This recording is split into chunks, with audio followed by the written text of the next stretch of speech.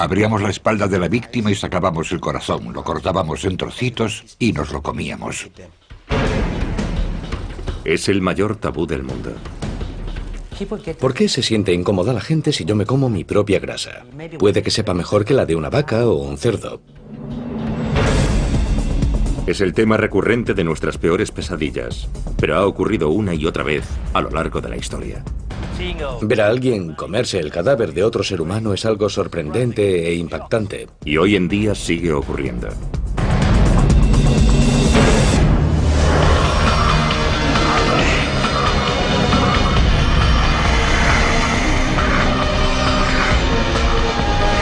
Extraños rituales.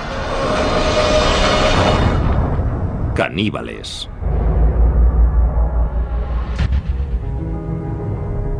Canibalismo. Siempre ha sido la transgresión por excelencia.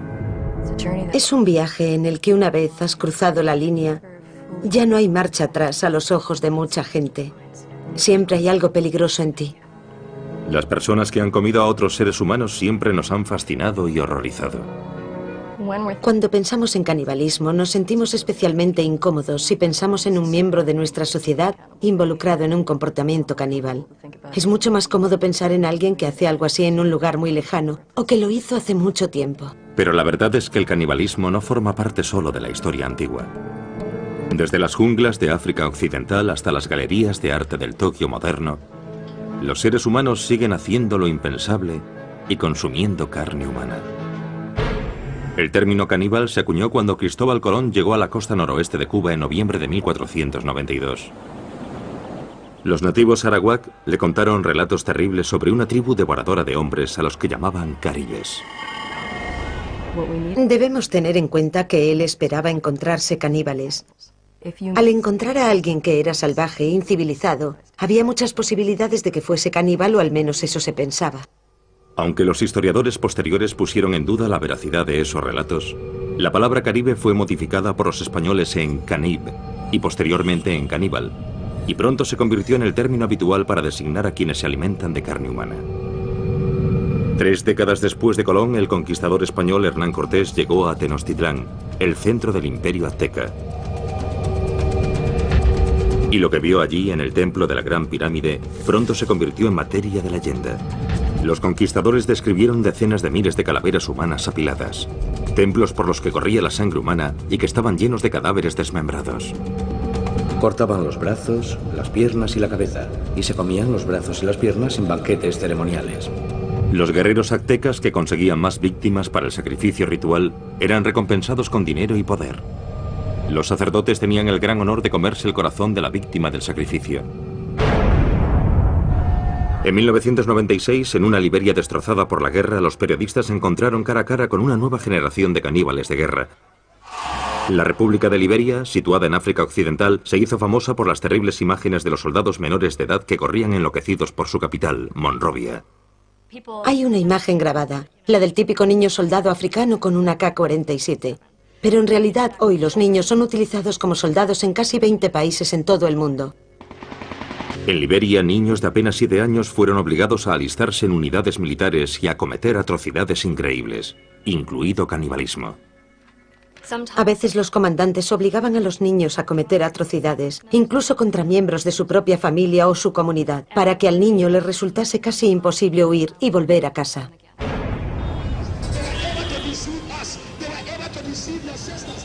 Joshua Bly era uno de los señores de la guerra más famosos de Liberia.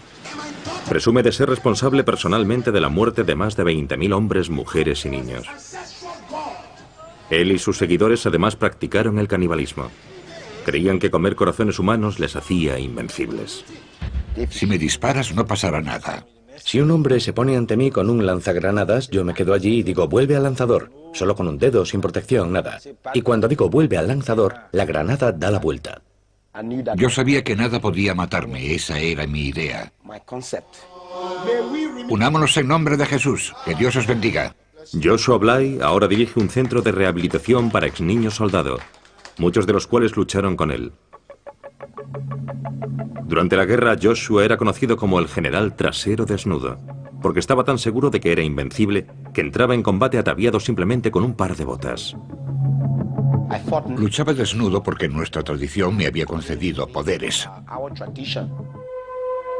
Según las tradiciones ancestrales de su tribu, Joshua fue elegido para ser ordenado sacerdote por el dios de su tribu, Niambe Agüe. Tenía 11 años. Mi padre me llamó. Me cogió en sus brazos y lloró, lloró y lloró. Le pregunté qué le pasaba y me contestó: hijo mío, has nacido para este propósito. Has nacido para ser el sacerdote tradicional de esta tribu. Así que han venido a por ti. De repente, oí ruidos, oí guerreros, oí por toda la casa. Hubo bailes y gritos.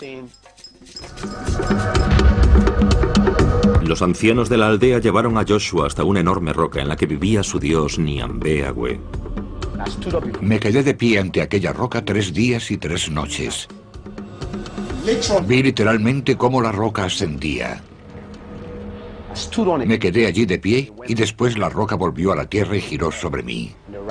Cuando miré qué había debajo de la roca, vi un enorme monstruo. Le miré a la cara y la tenía deformada. Entonces me saludó y me dijo: hijo mío, bienvenido. Le pregunté: ¿eres Niambe Agüe? Y me contestó: sí, lo soy. Niambe Agüe implantó depósitos de fuerza bajo la piel del niño. Le dijo que le darían poderes sobrenaturales para proteger a la aldea y para asegurar el éxito de sus cosechas. A cambio de estos poderes, Niambe Agüe exigió a Joshua que continuase con la tradición de su tribu y realizase sacrificios humanos rituales. Me dijo que tenía muchos sacerdotes que no cumplían con las tradiciones y que tenía que matarlos. Se escogieron víctimas para el sacrificio entre los ancianos de la aldea, para que Joshua pudiese hacer las ofrendas tradicionales a Niambe Agüe. Yo era un hombre mágico. Era un superhombre. Más aún, cumplía un deber para con mi tribu: asegurarme de que estaban protegidos. En 1980, un miembro de la tribu de Joshua, Samuel Doe, derrocó al gobierno liberiano. El deber de Joshua como sacerdote de Doe era llevar a cabo sacrificios humanos. Los glóbulos blancos de las víctimas se usaban como pociones mágicas para asegurar el poder de Doe. El sargento mayor Samuel Canyon Doe era el presidente, así que inyectamos su fama en la mente de la gente, tomando estos glóbulos blancos y llevándolos a diferentes restaurantes y pagándole a los dueños de esos restaurantes para que los incluyesen en el menú. Así, todos los que comían en ese comedor automáticamente temían al presidente Doe. Cuando Samuel Doe fue asesinado en 1990, Joshua Bly se nombró a sí mismo general trasero desnudo y tomó el mando de una unidad de niño soldado. Fue el comienzo de los 6 años del reinado de terror de Joshua, convertido en uno de los más sangrientos señores de la guerra de Liberia.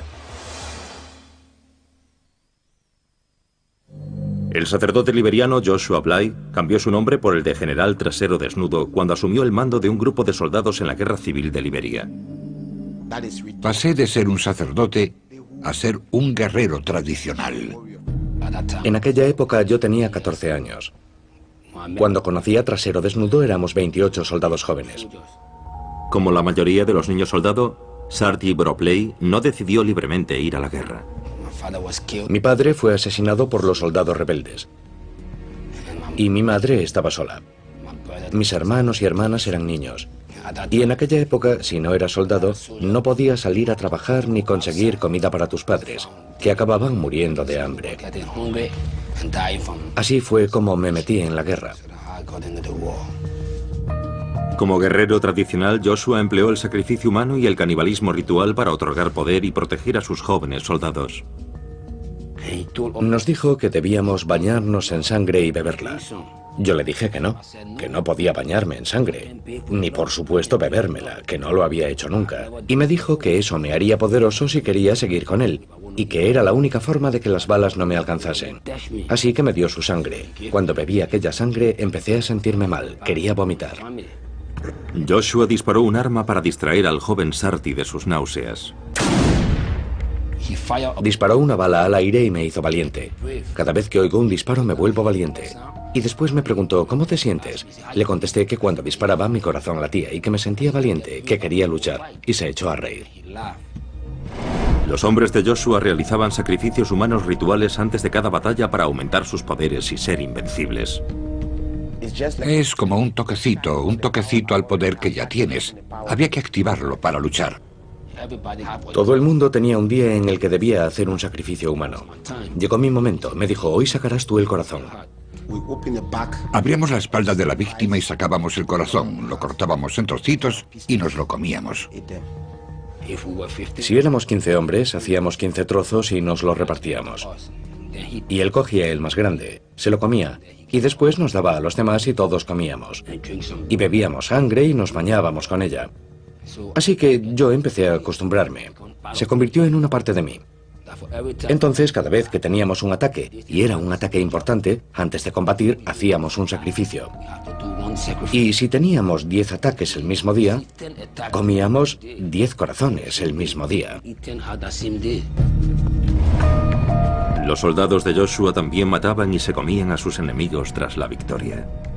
Dicen que si una persona es un guerrero, si es espiritualmente poderoso, cuando lo matas consigue su poder. Si un enemigo fuma, no nos comemos su corazón, no sirve. Los relatos de los poderes mágicos de Joshua infundían miedo a sus enemigos. Cuando yo grito, todos los que están a mi alrededor quedan hipnotizados. Cuando despierto, abro las manos y grito. Nos dispersamos porque era muy poderoso. Trasero Desnudo llegó al frente cantando una canción tribal. Tenía un hacha en la mano y yo me sentí débil. Muchas personas declararon que Joshua era capaz de hacerse invisible a voluntad.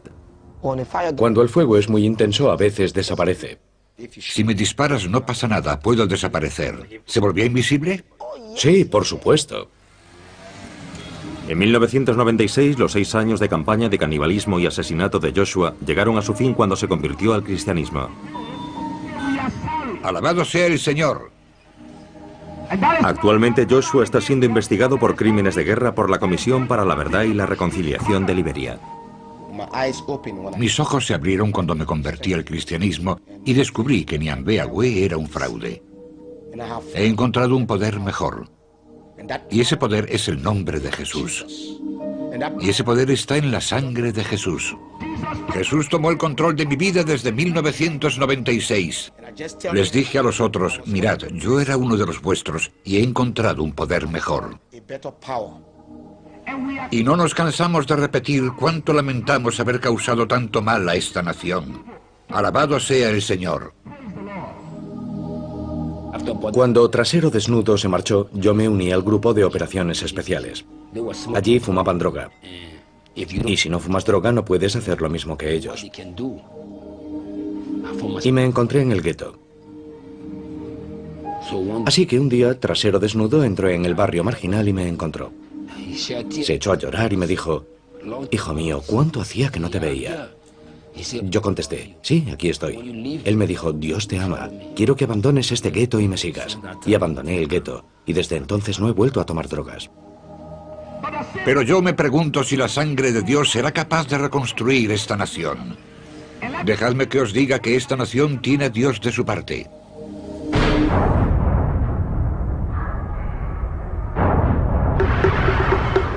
A lo largo de la historia, el canibalismo y la religión a menudo han ido de la mano. En las islas Trobriand, las familias comían a sus seres queridos fallecidos en señal de respeto. El consumo de ciertas partes del cuerpo humano en el marco de determinados rituales funerarios está considerado una forma de compartir el destino de una persona a la que estás muy unido. La filosofía subyacente es muy sublime. En realidad es muy profunda y hermosa en muchos sentidos. La idea del canibalismo se encuentra incluso en la base del ritual de comunión cristiano. Esta es mi sangre. Podemos entender la idea de que Jesús entre en el pan y en el vino, que se convierta en su carne y sangre. Te amamos y te alabamos, Señor. Gracias, Señor. El cristianismo encontró su primer caldo de cultivo en la antigua Roma, una sociedad plagada de violencia ritual. Y de los primitivos cristianos se rumoreaba que con la Sagrada Comunión celebraban un ritual caníbal. Adelante, clava tu cuchillo en el bebé, recibe la sangre joven y fresca, moja tu pan en ella, tómala libremente. Los romanos usaron las acusaciones de canibalismo para justificar la persecución de los primeros cristianos. Esa acusación nos permite comprender cómo entenderían otros pueblos las tradiciones cristianas occidentales, o cómo malinterpretarían esas tradiciones, del mismo modo que nosotros podemos malinterpretar las tradiciones de otras sociedades. En la Varanasi actual, en el norte de la India, hay una secta hindú conocida como los Aguri, que también padece los rumores de canibalismo. Hay mucha mala prensa popular que describe a los Aguri como salvajes de mirada aterradora. Los Aguri son seguidores del dios hindú Shiva. Sus rituales sagrados implican abrazar todo aquello que consideran repulsivo. Agur literalmente significa no horrible, y en realidad es un estado mental. Es un estado psicoespiritual en el que no hay discriminación ni aversión o miedo contra nada o nadie. Según las tradiciones ancestrales de los Aguri, el camino por excelencia hacia la iluminación se encuentra a través del tabú definitivo, comer un cadáver humano. Los Aguri creían que el mayor miedo que tienen los seres humanos es el temor a su propia muerte, y que este miedo es una barrera para la iluminación espiritual. Y enfrentándonos al miedo a la muerte podemos alcanzar ese estado con mayor facilidad. Pero en la India moderna la tradición caníbal de los Aguri ya no es aceptable. Las personas de mi secta comen carne y beben vino para satisfacer sus deseos, pero es por decisión propia. No tienes que comer carne para alcanzar la iluminación. Yo soy un Aguri y nunca he probado el vino ni la carne, y estoy en el camino de la iluminación. Hoy en día, para superar su aversión a la muerte y la podredumbre, los santones Aguri modernos viven en crematorios, visten sudarios funerarios y beben de calaveras humanas.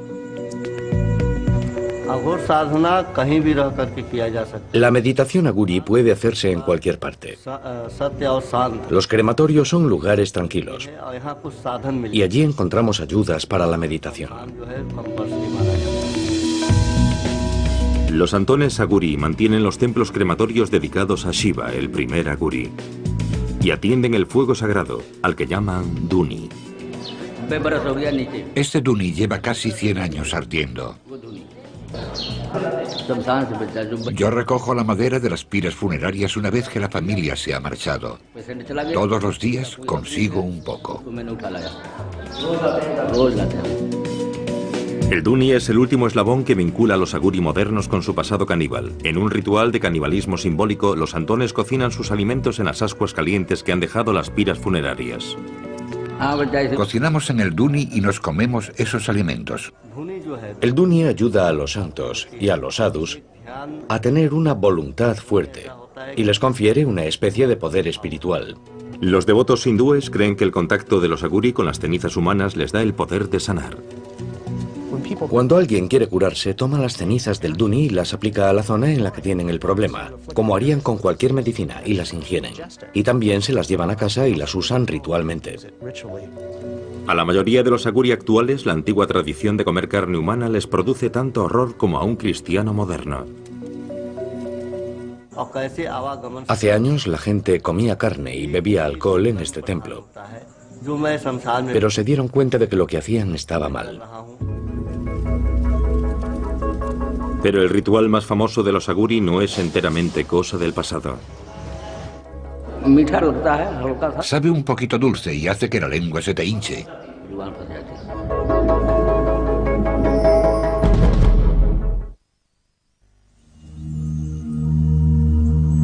En el pasado, una antigua secta hindú conocida como los Aguri seguía una tradición de canibalismo como camino hacia la iluminación espiritual.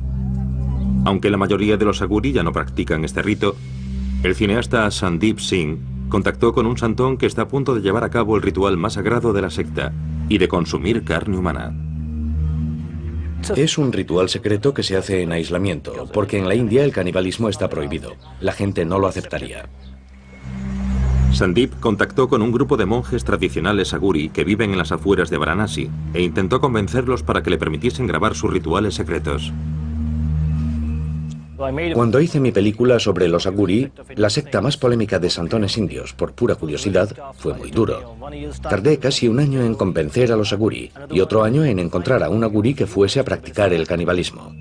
Según la tradición ancestral aguri, solo es necesario consumir carne de un cadáver 1 o 2 veces en la vida como acto de purificación extrema. El santón de Sandip vivía a orillas del Ganges, río abajo desde Varanasi, la ciudad más sagrada para los hindúes. Dicen que el señor Shiva separó a Kashi, Varanasi, del cosmos. Por eso, si alguien muere en Kashi, se librará de la carga de sus pecados y obtendrá el moksha, que se podría traducir como la liberación, la salvación. Los hindúes acuden desde todos los rincones del mundo hasta Varanasi para incinerar a sus seres queridos a orillas del río sagrado. Primero el cadáver se sumerge en el sagrado Ganges para purificarlo, después se hace la pira con madera. A continuación se coloca el cuerpo sobre la pira. Después el cuerpo se convierte en cenizas y las cenizas son ofrecidas al Ganges. Ser quemado aquí y que sus cenizas sean arrojadas al Ganges es el mejor final que un hindú puede desear para su vida. Pero no todos los cadáveres se creman. Hay 5 tipos de personas que no se queman una vez que han muerto. Son los santones, las mujeres solteras, las mujeres embarazadas, los niños pequeños y personas que han muerto por la mordedura de una serpiente o de lepra. No han tenido una vida completa, así que no se queman. No son ofrecidos al fuego, sino que son entregados al Ganges como ofrenda. Los monjes aguri de Sandip esperaron día tras día a orillas del Ganges a que apareciese uno de esos cadáveres. Esperamos 3 meses y medio, 90 días, a que los aguri encontrasen un cadáver. Encontraron un cadáver flotando en el Ganges y lo sacaron del río. Y lo llevaron al lugar en el que rezan sus oraciones. Primero le ofreció flores al cadáver. Después lo lavó con agua del Ganges. Después se sentó sobre el cadáver para meditar. Y por último, cortó una parte del cadáver, de la zona del brazo, y empezó a comer.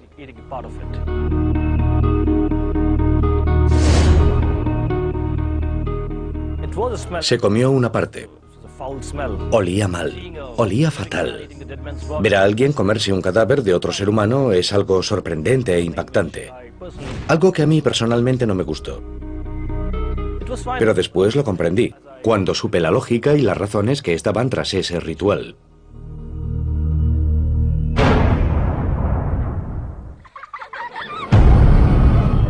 El miedo a ser comido es algo que casi todos los niños conocen.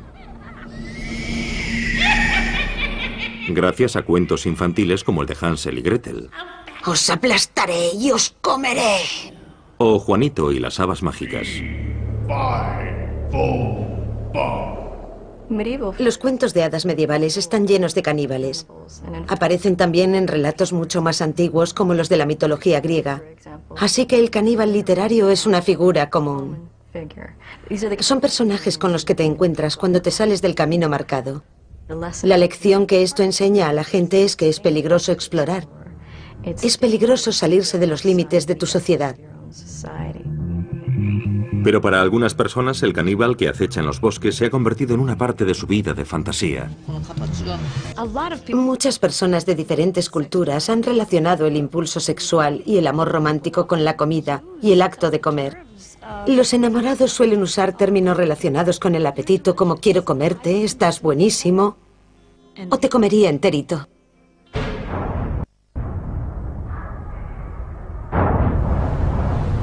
El deseo sexual siempre ha sido uno de los impulsos más fuertes de la humanidad y ha llevado a muchas personas a descubrir las partes más oscuras de su imaginación.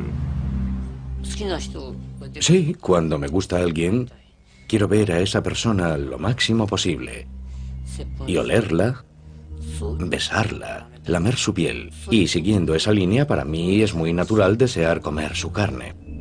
En París, en 1981, Issei Sagawa hizo realidad sus fantasías caníbales cuando mató y se comió a una compañera de clase, Renée Hartebel. Disparó a René en la nuca con un rifle del calibre 22 cuando ella rechazó sus proposiciones. Después procedió a desmembrar e ingerir partes de su cuerpo. 2 días después, cuando intentaba deshacerse de su cadáver mutilado en un parque, fue detenido por la policía francesa. Los tribunales franceses le declararon incapacitado mentalmente y hoy vive en Tokio y es un hombre libre.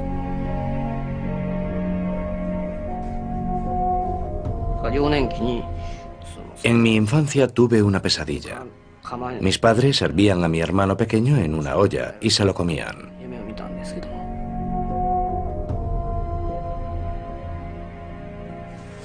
Mis padres y mi hermano son gente normal, así que todavía no entiendo por qué yo soy el único que tenía esa extraña obsesión con el canibalismo.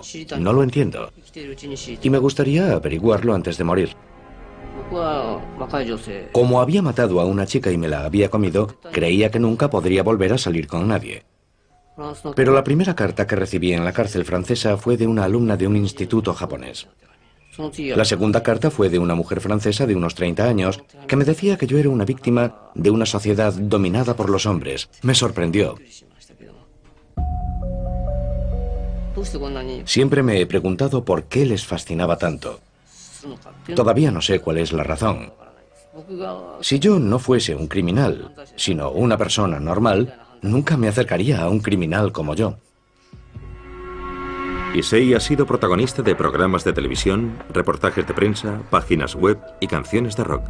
Pero a pesar de la fascinación de la opinión pública con su crimen, en su vida diaria Issei es tratado como un proscrito. Incluso en mi propio barrio, cuando la gente se entera de quién soy, me ignoran completamente si los saludo por la calle. Es un odio total. Sé que es algo natural, pero sigue siendo duro. Por supuesto, antes de pensar en mi vida, debo pensar en René y en su familia. Ellos sufren un dolor terrible. Si yo me encontrase en su lugar, si mi hija hubiera sido devorada por un hombre pequeño y de cara amarilla, creo que realmente no podría soportarlo. Incapaz de encontrar trabajo, Issei dedica sus días a explorar su obsesión por el cuerpo femenino en sus dibujos y pinturas. Desde muy joven, siempre me he sentido atraído por las mujeres occidentales. Y todo comenzó con Grace Kelly. Empecé a comer por las nalgas, así que estoy obsesionado con las nalgas. Vi una foto como esta y no pude resistirme a dibujarla. Prefiero las nalgas a los pechos, pero estos me parecieron bonitos, así que los dibujé. A la hora de comer, los pechos son todo grasa y realmente no son comestibles. Esta es la señorita Aya Ueto. Es muy popular últimamente. No solo quiero comérmela, sino que creo que es una actriz con muchísimo talento. Y todavía es joven. Más de 20 años después de que su crimen conmoviese al mundo, Issei se ha hecho famoso entre un público completamente nuevo, a través de una exposición en una galería de arte. Este es un momento feliz. Toda esta gente es muy joven y además hay mujeres guapas. El caníbal Issei Sagawa es rechazado por la mayoría de la sociedad japonesa, pero esta noche su fama le ha permitido escapar momentáneamente de su aislamiento. Una pequeña exposición en una galería de arte local. Yo tenía 20 años cuando leí el famoso libro Cartas de Sagawa. Sinceramente no sabía nada más sobre él. No tenía ni idea de a qué se había dedicado desde entonces. No sabía que pintaba. Están todas desnudas. No debería enseñárselos a mujeres. Son maravillosos. Le he hecho algunas preguntas y su forma de hablar es encantadora. En cierta medida he quedado satisfecha. El incidente me tocó muy de cerca. Yo no quería comerme a nadie, pero tengo secretos que no puedo contarle a nadie. Y estoy de acuerdo con él en que todos queremos compartir esos secretos. Esas partes que ha dibujado son partes blandas del cuerpo humano. Estoy seguro de que esa es su obsesión y por eso las ha dibujado. Estos cuerpos a mí me parecen japoneses, pero esa cara es occidental. Me pregunto, ¿qué es lo que le gustará ahora? Este es un momento feliz. Vivo solo, pero toda esta gente es muy joven. Y además hay mujeres muy guapas. Es muy divertido. Esto me recuerda las ganas que tenía de divertirme así. Cuando estás solo no haces más que pensar. Vivir solo me vuelve loco, aunque ya estoy loco, la verdad. Pero ahí fuera hace frío y estoy solo.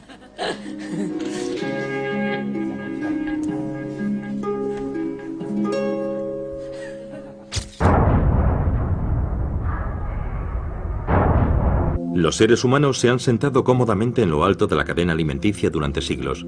Así que es natural que uno de los mayores tabúes que rodean al canibalismo sea nuestro miedo a convertirnos en una fuente de alimento. Si llegásemos a considerarnos carne, comida, acabaríamos con la idea de que somos especiales. Y eso chocaría con cualquier noción de lo que significa ser humano.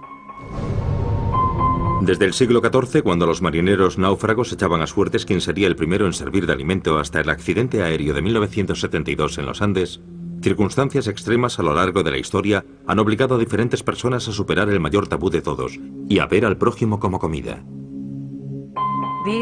Este tipo de situaciones llega al corazón de las personas cuando se enteran de ellas, porque hay un miedo primario a dos cosas.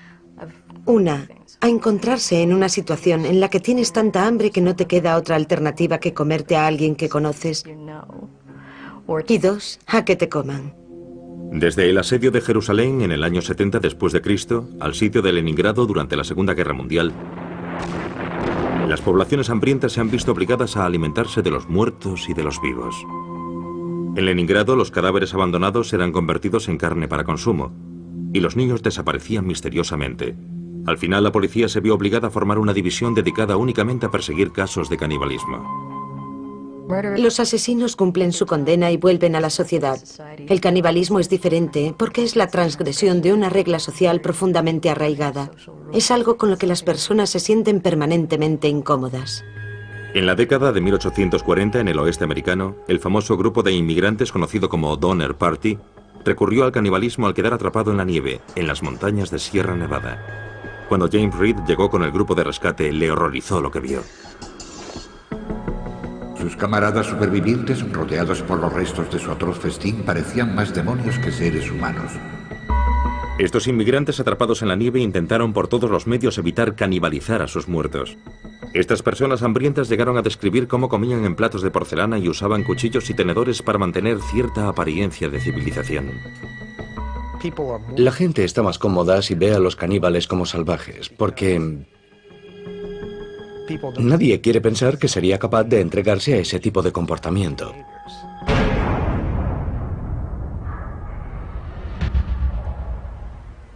En Copenhague, Dinamarca, muy lejos de las junglas de nuestra imaginación, el artista danés Marco Evaristi ha creado una obra de arte que explora el tabú de los humanos como comida. El arte hoy es una especie de experimento científico, especialmente si mis obras hacen pensar. Marco ha utilizado más de una vez tácticas escandalosas para atraer la atención hacia el mensaje que se oculta tras su arte. Para su trabajo más reciente, Marco se ha hecho una liposucción y ha usado su grasa para hacer albóndigas. Ha llamado al resultado polpette al grasso di Marco, o albóndigas de grasa de Marco, y las ha enlatado con una etiqueta diseñada por él mismo. La gente debe pensar que si se come mis albóndigas está comiendo arte. La preparación de las albóndigas fue solo el primer paso en la creación artística. Para explorar a fondo los aspectos que rodean al tabú caníbal, Marco invitó a 12 personas a cenar con él, entre ellas jefes de Estado y figuras prominentes de la sociedad danesa. Marco cenó solo. Cuando me metí la primera cucharada de espagueti con carne en la boca, cerré los ojos, porque pensar que me estaba comiendo a mí mismo me pareció algo asqueroso. Fue solo un segundo, pero fue un segundo de reflexión sobre la moralidad y los valores éticos que tengo como ser humano. Lo curioso es que no sabe diferente de otras albóndigas. Todo está en tu mente. Nada más. Es solo un problema de tu mente. Nada más que eso. Marco quería saber si otras personas compartían su opinión sobre el canibalismo. Así que decidió organizar otra cena con sus albóndigas en el menú. Prepararé albóndigas con grasa animal. Ya. Y albóndigas con mi propia grasa. Vale. Marco ha invitado a 12 amigos del mundo artístico a cenar con él esta noche. ¿Pero habrá alguno lo bastante valiente para acudir? El artista danés Marco Evaristi conmocionó al mundo del arte cuando desafió el tabú del canibalismo con una obra de arte conceptual. Se hizo una liposucción para retirarse grasa y la usó para hacer albóndigas. Esta noche completa su obra de arte organizando una cena en la que él mismo es el plato principal del menú. Creo que todo se debe a la moralidad y a los valores éticos. ¿Por qué se siente incómoda la gente si yo me como mi propia grasa? Puede que sepa mejor que la de una vaca o un cerdo. Marco preparará 2 platos de albóndigas diferentes para que sus invitados puedan decidir si quieren convertirse en caníbales o no. Lo curioso es que ahora mismo estoy tocando la carne real, sin mi grasa, y no siento nada. Es como un objeto muerto. Pero si me acerco aquí, es diferente. No sé por qué. En realidad es lo mismo. Pero es mi conciencia. Mi adoctrinamiento sobre la carne humana o sobre la grasa humana. Bueno, le pondré más ingredientes porque voy a vomitar.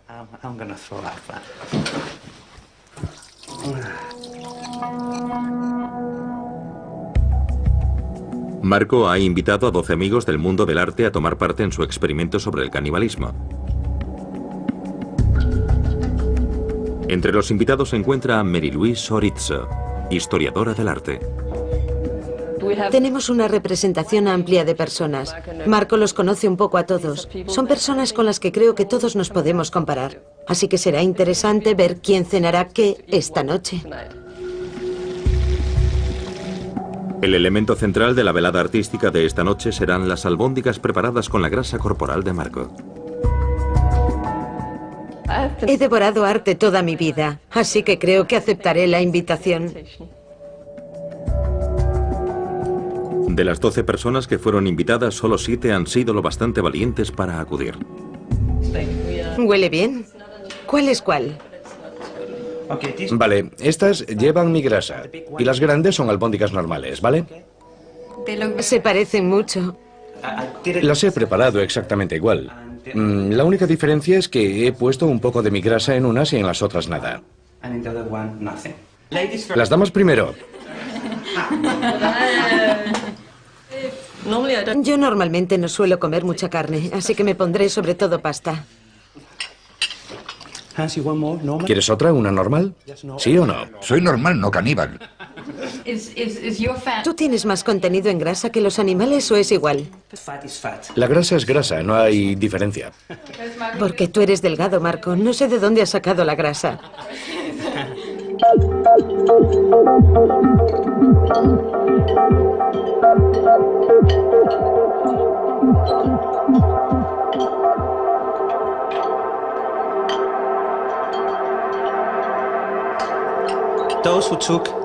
Los que habéis tomado albóndigas con mi grasa deberíais probar una de las otras e intentar explicar la diferencia que hay entre ellas. Creo que es un buen experimento.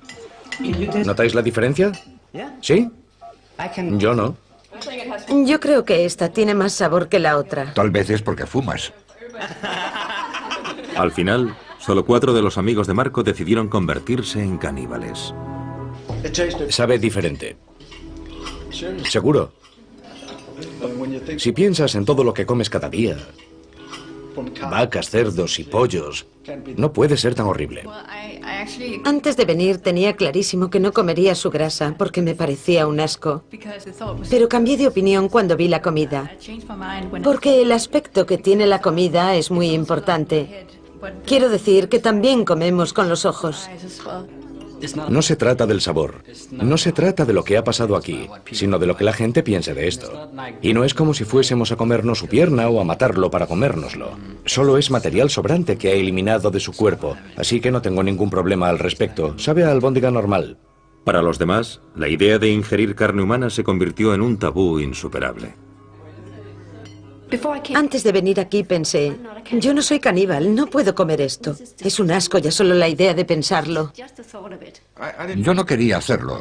Por supuesto podría comérmela, pero no me gusta la idea de comerme a otra persona. No, nunca lo haría.